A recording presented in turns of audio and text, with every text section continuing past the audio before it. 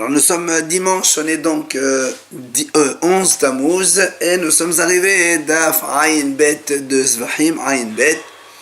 On avait posé la question, puisque dans notre Mishnah on a parlé que Zvahim, des sacrifices, donc des animaux vivants qui se sont mélangés avec Hataot Metot, c'est-à-dire on a parlé des 5 Korban Hatat que normalement on doit laisser mourir, soit parce que c'est un Korban Hatat qui a donc une femelle qui a fait un bébé, soit Tumorat Hatat, donc un Korban Hatat qu'on a donc troqué contre un autre animal, soit donc Hatat Shemeto Be'aleha, un Korban Hatat dont les propriétaires sont morts, soit ils l'ont perdu les propriétaires et puis après ils ont amené un autre Korban et ils ont retrouvé la première. Enfin, un Korban Hatat qui a dépassé une année de vie. Toutes ces 5 Hatat, là, normalement, on les laisse mourir, on les enferme et qu'ils meurent.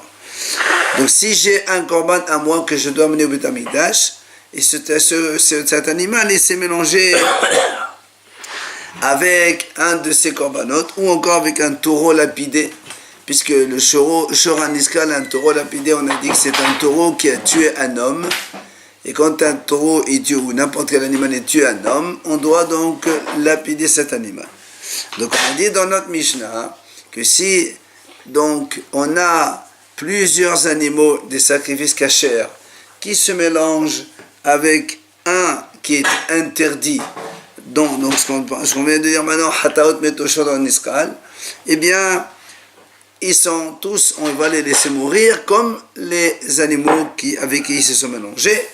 Et on a dit, même s'il y a ribo, c'est-à-dire même s'il y a 10 000 cachers, un seul, il est donc destiné à la mort, eh bien, il n'y a pas d'annulation dans la majorité, on doit tous les laisser mourir.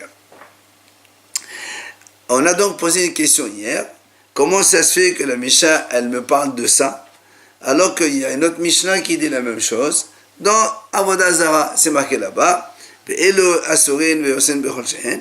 Donc la Mishnah d'Avodah Zara, voilà ceux qui sont interdits de profit. Et s'il y a un mélange, tout est interdit aussi. Et on a parlé là-bas du vin Nesser, donc le vin que les goïms ils ont versé dans l'Avodah Zara, ou tout simplement de l'Avodah Zara elle-même, qu'ici ça se mélange avec autre chose, même dans 10 000, tout est interdit. Alors donc on pose la question, pourquoi on répète 2 fois? Alors là, on répond, Ayin Bet, première ligne, premier mot, Tzrich. On a besoin des 2. Pourquoi? Des Imehatam, car si on s'en tient seulement à la Mishnah de Avodah Zara là-bas, j'aurais dit Ava Amin, les Hédiot.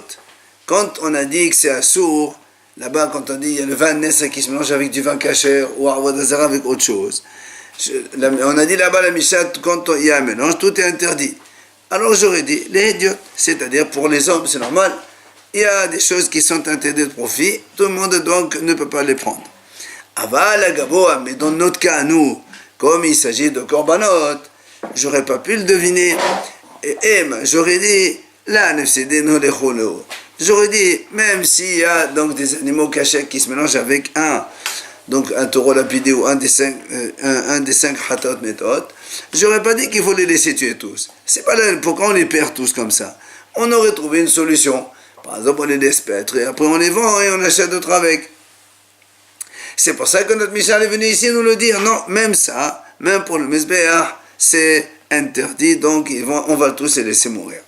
Maintenant, ici on s'en tient à notre Mishnah ici et on t'amène pas la Mishnah de Avodah Zara. J'aurais dit de maïs. J'aurais dit pourquoi notre Mishnah, nous ici, on a dit que quand il y a un mélange, on les laisse tous mourir. Parce que comme c'est des korbanot qui vont aller au Beth Amikdash, et que c'est pas beau, c'est maou, c'est dégoûtant d'amener devant Hachem quelque chose comme ça. Alors, c'est pour ça qu'on les laisse tous mourir. Aval, holin, mais des choses hol comme là-bas, il y a une nesser, ou à l'Avodah Zara, des lamaïs, c'est pas dégoûtant. Quand il y a un mélange, on peut faire annuler par la majorité, et on aurait donné à consommer à l'homme. J'aurais dit, et se donne, allez, va te le c'est ce qu'on a dit, donc, on aurait dit qu'on va faire le principe de l'annulation de la majorité. J'aurais pu dire cela. Sricha, donc c'est pour ça qu'on a besoin là-bas dans Avodah Zara de nous dire même des choses qui sont destinées à la consommation de l'homme. Il n'y a pas d'annulation dans la majorité quand il s'agit du vin Neser ou de Avodah Zara. Maintenant, la Gemara pose une question. À propos de notre cas, nous, imaginons, on a donc 20 animaux cachers qui sont destinés au Beit Hamikdash, et dans les 20, il y en a un, donc il y a un, il se mélange avec eux, et ce un là, c'est soit un taureau lapidé, ou soit donc un Korban Hatat qui est destiné à la mort. Donc dans la Mishnah, on a dit, il faut les laisser mourir tous. Là, on a posé une question, pourquoi? Pourquoi on ne fait pas l'annulation dans la majorité? C'est un principe dans la Torah qui dit, quand il y a un qui se mélange avec beaucoup, eh bien on fait donc jouer le principe de la majorité. Or, comme la majorité c'est des bons, des cacheurs, alors on aurait dû les garder, les amener au Beit Hamikdash. Quel est le problème?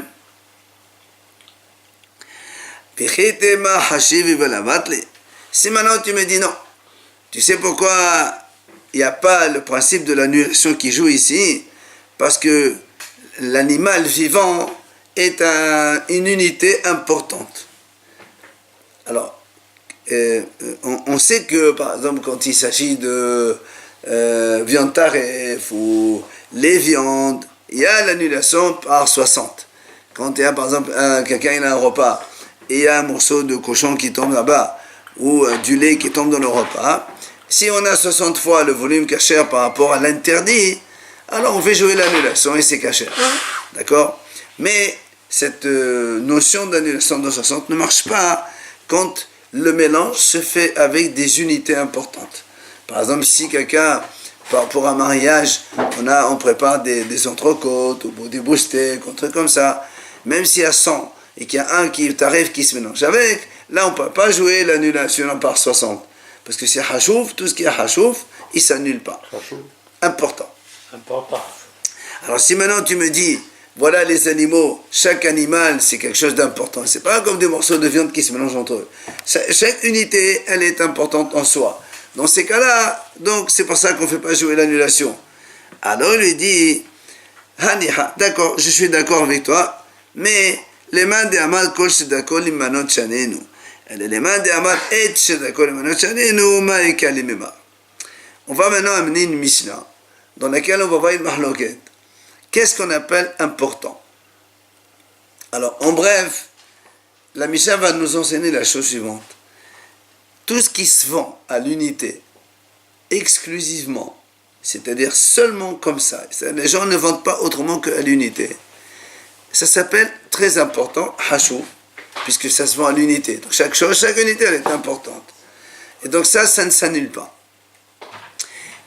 Et il y a un hacham qui dit, même si quelque chose se vend des fois par globalité, mais dans certains cas, on peut la vendre à l'unité, ça aussi, ça s'appelle hashoub, important, et ça ne s'annule pas. Alors c'est pour ça ici on dit, les animaux, nous savons que les animaux, des fois on vend un animal à l'unité, mais des fois aussi quelqu'un il vend un troupeau entier, ça existe. Donc chez nous ici, donc on comprend, selon ce haram qui dit que des fois oui, des fois non, alors donc dans notre cas, nous, ça ne s'annule pas, parce que c'est hashoub, un animal vivant, c'est important, puisque des fois, ils sont en unité, ok? Donc, il ne s'annule pas. Mais celui qui dit, non, seules les choses qui se vendent exclusivement à l'unité ne s'annulent pas. Mais les choses qui se vendent des fois comme ça, ça doit s'annuler. Alors, pour lui, il y a une question. Pourquoi ici, on ne fait pas jouer l'annulation? Puisque l'animal, c'est quelque chose qui se vend des fois à l'unité, et des fois, il se vend en gros. Alors, pourquoi on ne fait pas jouer la nullité? Et donc, la question de la Gemara, elle vient sur ce hacham-là. D'accord? C'est ce que la Gemara dit comme ça. Haniha, ça marche bien. Donc, ta réponse que tu m'as dit, les animaux, c'est quelque chose d'important et ça ne s'annule pas, ça marche. Les mains des amants, celui qui a dit, Kol Shedako Limanot. C'est-à-dire, tout ce qui se vend des fois à l'unité, ça ne s'annule pas. Donc, là aussi. Aval, et là, les mains de Amar et Shedako Limanot Chaninu. Mais il y a un Hakam qui dit non, et Shedako. La nuance, c'est dans un mot. Soit tu dis Kol Shedako, ou bien tu dis et Shedako. Et Shedako, c'est-à-dire celui qui ne se vend que à l'unité. Le mot exclusif. Exclusif, exactement. Alors, il va nous amener, donc selon lui, il y a une question. Et là, nous ramène la Mishnah. Dites-nous, Mi shehayulo havele tiltan. Celui qui avait donc des bouquets de fenugrec. Fenugrec, ce sont des plantes. On prend les graines. Non, c'est pas la moutarde. Non, c'est des fenugrec. Alors il a des bouquets chez qu'il est hakel. C'est-à-dire il les a fait pousser dans un vignoble, en mélangé avec les vignes. Or nous on sait qu'on n'a pas le droit de mélanger, voilà, c'est qu'il aime.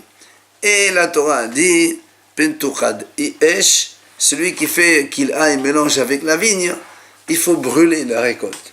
C'est pour ça lui dit, le Mishnah dit comme ça, celui qui avait des bouquets de fenugrec, qu'il a planté avec les hakerem, la Mishnah a dit, idalko, il faut tout brûler. Neta'alvu ba'ahirim.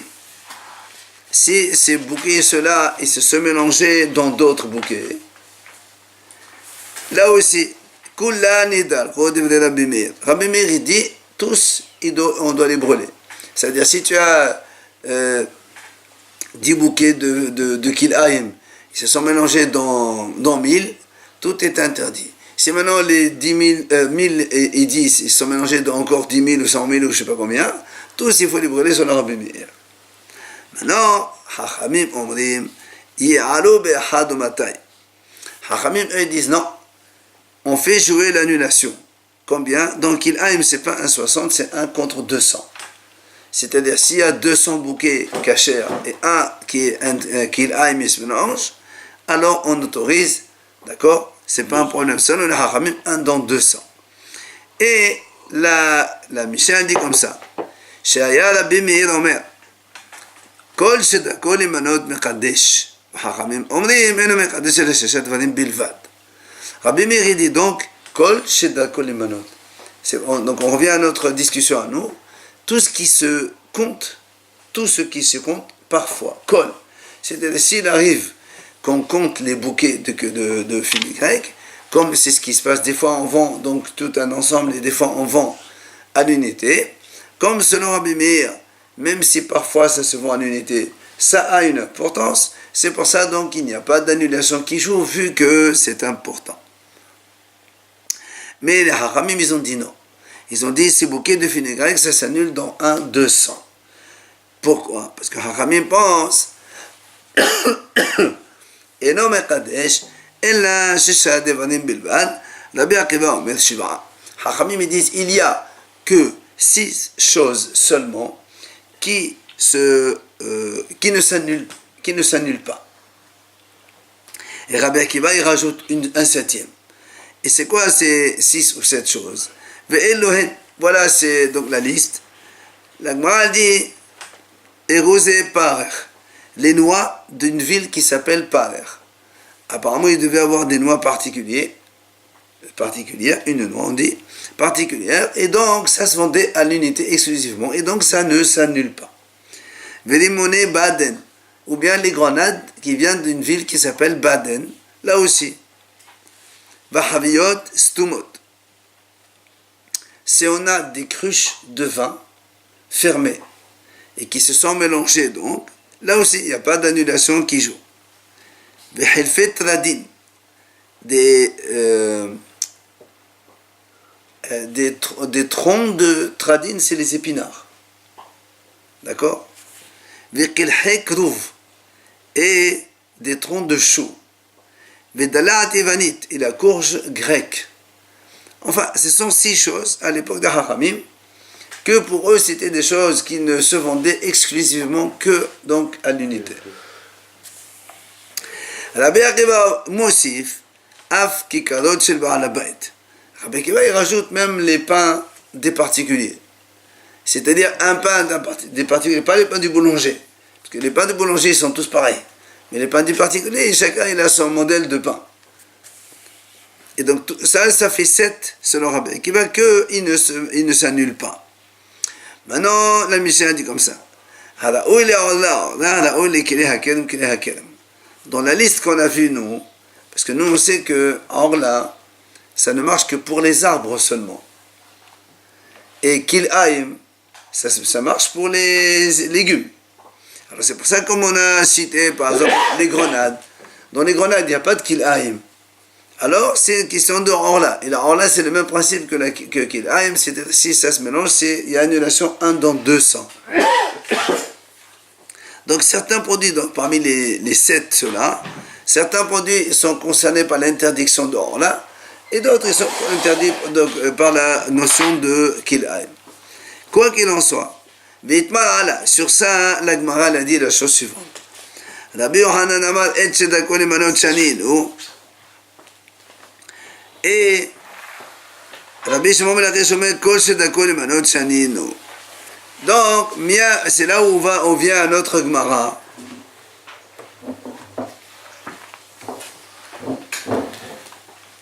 Donc, c'est là où on vient à notre sujet. Donc, Rabbi Yohanan et Rish Lakish, ils disent, c'est quoi leur problème? C'est tout simplement, soit on dit c'est-à-dire donc ceux qui se vendent exclusivement à l'unité. Il n'y a que ceux-là qui ne se mélangent pas. Donc on ne fait pas appliquer l'annulation de la majorité. Alors que Rabbi Meir lui dit, comme il a dit, donc Rabbi Meir dit Rabbi Meir il dit tous on les brûle quand il y a un qui se mélange, parce que pour lui, même si c'est kol shedako le manot shanin, comme des fois ça se vend en unité, même si des fois ça se vend aussi avec l'ensemble, ça n'a pas d'importance, ça ne s'annule pas. Mais Hachamim, eux, ils disent non. Ya'alu be'ahad u'mat'im. Pourquoi? Parce que eux, selon Rish Lakish, kol shedako le manot shaninu, c'est-à-dire qu'il n'y a d'annulation, plutôt il y a de non-annulation que quand il y a une vente exclusive à l'unité. Donc voilà la mahlouket entre Rabbi Yohanan et Rish Lakish. Et donc maintenant on revient à notre question à nous. Là, quand on a posé une question, finalement, pourquoi on a dit dans la Misha, quand il y a par exemple 20 korban ou 50 ou 100 korbanot kasher, il y a un là-bas interdit qui se mélange à lui, soit le taureau lapidé, soit les 5 hatot metot, on a dit on les tue tous. Pourquoi on ne fait pas appliquer le principe de la majorité? Alors on a répondu, peut-être que tu vas me dire, les animaux c'est quelque chose d'important et donc ça se vend à l'unité. Alors on va dire comme ça. Maintenant on revient à l'agma. Donc selon Rish Lakish qui a dit, tout ce qui se vend en unité parfois. Alors les animaux aussi ça se vend en unité parfois. Donc c'est pour ça que la Mishnah a dit, ça ne s'annule pas. Mais la question, elle est Rabbi Yohanan, mais selon Rabbi Yohanan, lui il dit non, il n'y a que les choses qui se vendent exclusivement en unité et qui ne s'annulent pas. Or les animaux, c'est pas exclusivement en unité. Donc normalement on doit appliquer le principe de l'annulation. Et dans notre Mishnah, ici on aurait dû dire qu'on peut les amener en korban. Donc question contre Rabbi Yohanan. Ok? Rabbi Yohanan et Lakish, c'est la même logique que Rabbi Meir et... eux ils expliquent quelle est leur raison, c'est ça. Ils expliquent quelle est la raison. Ils ont été désignés ces animaux-là. Pardon. Il y a un animal. Oui, alors. Mais on n'est plus au stade de la vente. Oui, mais on en parlait hier, on a dit qu'il faut on les pète, parce qu'il y a un défaut, après on achète d'autres avec. Hier on a dit, dans la Mishnah c'est marqué, on les laisse tous mourir. On pose pourquoi. Amar à papa, il vient à papa. Hay tana de l'etrak se'otu. Il vient à papa et dit, le tort de notre Mishnah, c'est pas comme tu pensais toi, Rabbi Yohanan de Rish Lakish, c'est un autre Tana qui a parlé de l'etrak kseot. Kseot, ce sont les figues sèches. À l'époque d'avant, il faisait des figues sèches, et après, il les mettait comme ça en sorte de pâte. Et après, il coupait. Alors, voilà ce que dit là-bas la Braïta. Une Mishnah, c'est une Mishnah. Il dit comme ça. Kol davar sheyesh bo minyan afelu bedrabanan la batil. Toute chose qui donc se vend par le nombre, donc par l'unité, donc on n'achète pas un kilo, on achète nombre de choses. Comme les œufs, tu me donnes 10 œufs, 20 œufs, d'accord? Même bedrabanan, même dans les hachamim, c'est-à-dire s'il y a des interdictions concernant les hachamim, la batil, ça ne s'annule pas, comme chez nous ici. Fortiori, quand il s'agit d'un problème de Torah, d'interdiction de la Torah. Et justement, on va amener cette mahloket comme donc la Braïta va le dire maintenant. Ditania. Alors, c'est quoi le cas là-bas? Les tlaq seront chez de la salle pi igoul, ve'eno yodea be'ezo igoul de la salle. Alors, voilà ce qui se passe. C'est quelqu'un, avant, quand on faisait donc les pâtes de figue sèche, on va appeler ça des pâtes ou des pains de figue sèche, ils mettaient toute une cruche et on remplissait de figues sèches et on les conservait donc comme ça dans les cruches. Bien dans des tonneaux figues sèches. On les séchait, ça devient comme une confiture. Voilà. Alors, qu'est-ce qui se passe? Voilà, monsieur, il avait donc un tonneau de figues sèches. Et comme il devait faire, parce que les figues, comme dans tous les fruits d'Israël et même les fruits de non-Israël, il faut faire la trouma. Il faut donner au Kohen. Alors, il a prélevé une partie du Kohen. Trouma. Seulement, qu'est-ce qu'il a fait? Après, il l'a posé à la surface de la cruche. Il y a une cruche qui contient, par exemple, on va dire 20 voilà, c'est pas par kilo, c'est par bloc de figues sèches. Elle contient 20, il a mis un autre dessus. Mais le premier, celui qui est au-dessus, c'est celui des Trouma.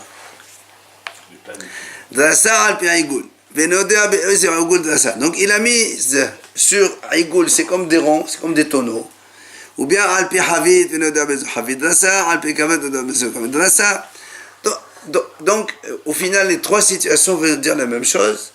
Il a pris un pain de figues sèches de Trouma qu'il a posé au-dessus d'autres figues sèches de Hol.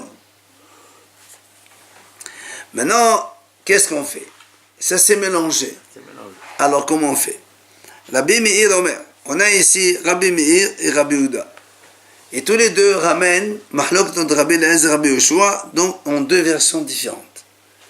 Alors qu'est-ce qu'il dit Rabbi Meir? Rabbi Meir Omer dit comme ça. Il y a une Mahlok entre Rabbi Eliezer et Rabbi Yoshua. Rabbi Eliezer Omer, רואים את העליונות כאלוהן פרודות, והתחתונות מעלות את העליונות. רבי יהושע אומר אם יש פאה פומין יעלו אם לא פומין הסעודים מהשוליים מותרים. Alors, il dit comme ça, Rabbi Meir, il dit comme ça. Imaginons ce monsieur, il a 10 cruches. Ok? Dans les 10 cruches, chacune, elle contient 10 pains hol, et au-dessus, on a mis un pain trouma. D'accord? Maintenant, il ne se rappelle plus laquelle des cruches. Alors, Rabbi Meir, il dit comme ça. Rabbi Eliezer, il dit, on voit ha'elionot, qui est le prodot, c'est-à-dire celle qu'on a mis en haut, elle est séparée de ce qu'il y a en bas. C'est pas collé, c'est séparé. Et du coup, si tu considères que c'est séparé, ça veut dire que tu considères qu'il y a 10 unités en bas qui sont hol, avec une qui est trouma. Or, nous on sait, que la trouma, ça s'annule 1 dans 100.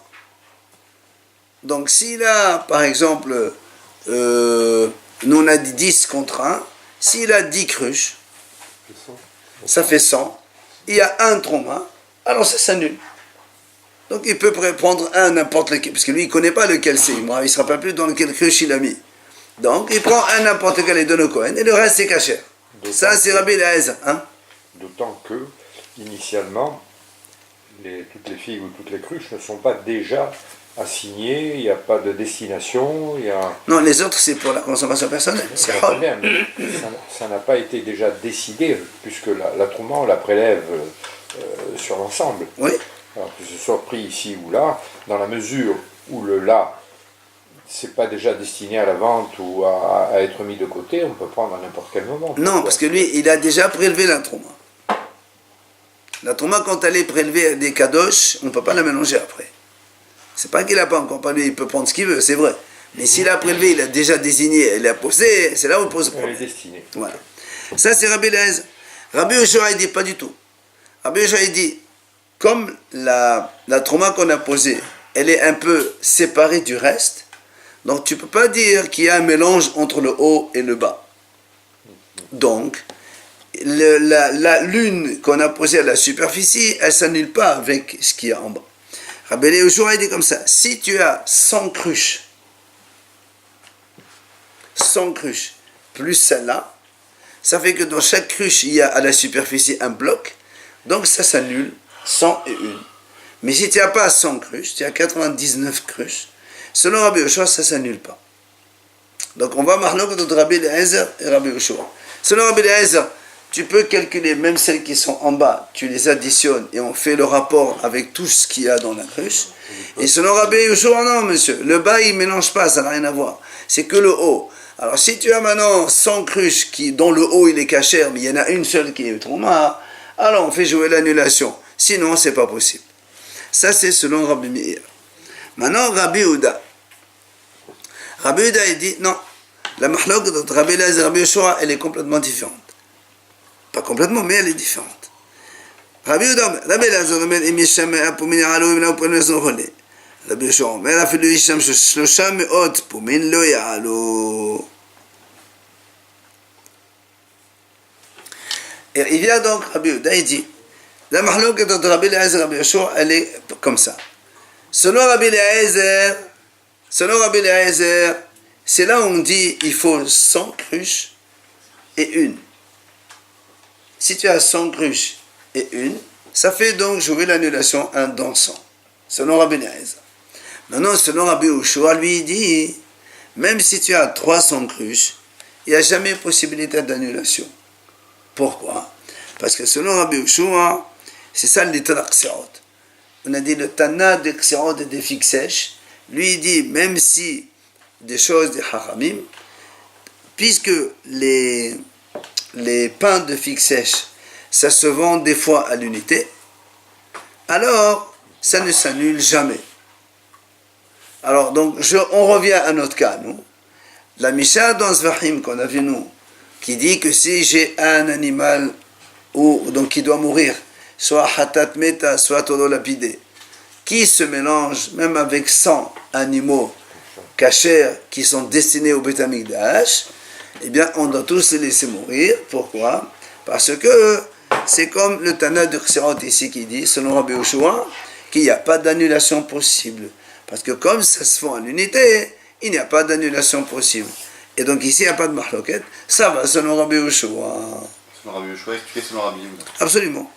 Rabbi Yehoshua selon Rabbi Yehuda. On laisse mourir les Ouais, toutes les bêtes. T'imagines, il a perdu. T'imagines, c'est le Mishnah qui le dit. Et pour les pots de figues sèches, c'est pareil alors, puisqu'on prend l'exemple des bêtes.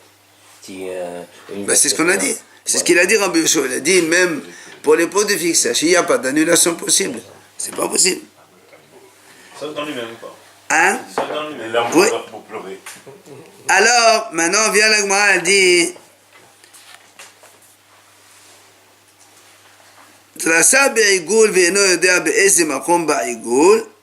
si maintenant la Braïta là-bas elle continue comme ça, d'ici quelqu'un il a fait donc par exemple dans un tonneau, ok, il a écrasé des figues sèches et dans tout le tonneau il a mis un bloc de figues sèches qui est trauma, mais il ne sait plus dans quel endroit. Dans tout, c'est pas plusieurs tonneaux, c'est un seul tonneau cette fois-ci. Et il a mis un bloc de trauma dedans. Il ne sait pas. Est-ce que Olé Tzfona, Olé Droma, Dele Akol Ya'alo. Mais a dit là-bas, selon la Braïta a dit là-bas, selon tout le monde, Ya'alo. Évidemment, parce qu'ici, il n'y a pas ici individualisation. Ici, on a uniquement tout un ensemble, comme pour la trauma habituelle, si tu as 1 kg de farine qui se mélange avec donc 100 kg de farine, et dans le même bloc, on ne sait pas où aller, il n'y a pas d'unité ici, c'est tout mélangé, alors on fait jouer l'annulation 1%, donc c'est pas un problème. Donc, ça c'est la réponse, donc ça c'est la suite de la Braïta, on en arrête là, mais la réponse, elle est donc dans notre Mishnah, elle est donnée. L'auteur de notre Mishnah, c'est Rabbi Yehoshua, comme on vient de dire maintenant, que lui il dit, quand ça ne se vend pas unité, même si c'est parfois pas tout le temps, alors ça ne s'annule pas. On ne peut pas refaire l'opération du prélèvement Ah non, Ouais, non. kadosh. C'est ce qui a été prélevé, les kadosh, il ne revient plus. Vient Rav Ashi Amar. Rav Ashi donne une autre réponse. Afelu tema rabanan. Même si tu dis que notre Mishnah, elle va selon les Hachamim. Que les Hachamim, ils ont dit dans notre Mishnah, rappelez-vous, par rapport à Rabbi Meir qui a dit il faut brûler les trucs de Kil'aïm, tout ça. Les Hachamim, ils ont dit non, tout ça s'annule, donc 200. Il te dit ici, Ba'al Haïm, Hashiv et Velavatli. On ne parle plus maintenant d'importance par rapport à l'unité. On parle par rapport à l'importance que c'est un animal vivant. Et tout animal vivant, il est important. Et quand il est important, il ne s'annule pas. C'est pour ça, dans notre Mishnah, on ne fait pas la joue et l'annulation. L'annulation se fait quand il n'y a pas une hashivut, quand il y a des morceaux de viande qui se mélangent, ou du lait, de la viande, tout ça. Ça, on fait jouer l'annulation à 60. Ou même dans les farines, dans la trauma, tout ça. C'est pas un problème, on peut jouer l'annulation. Mais ici, il s'agit d'animaux vivants. Chez les animaux vivants, il n'y a pas d'annulation. Parce que chaque animal vivant, il a son importance à lui. Même laissant de côté le fait de le vendre, se par l'unité ou pas par l'unité. Un animal vivant, c'est un être vivant. Et donc, c'est un important en lui-même. Et donc, il ne peut pas s'annuler. Le vivant ne s'annule pas. Ok? On va s'arrêter là.